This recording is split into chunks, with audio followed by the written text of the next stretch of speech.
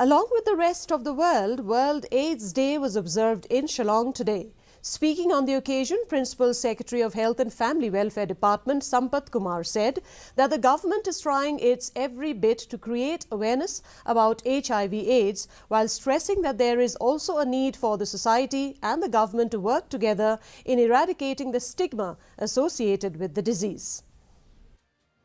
Quality and treatment. Number two, the idea is that how actually the government can provide that sensitive support to the people living with HIV. So for that, systems have been set up.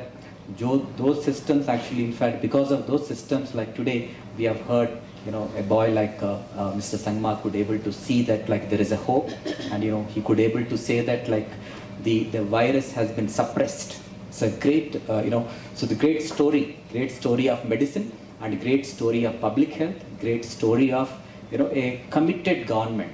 That's something that is a very, very important thing. The Border Security Force Meghalaya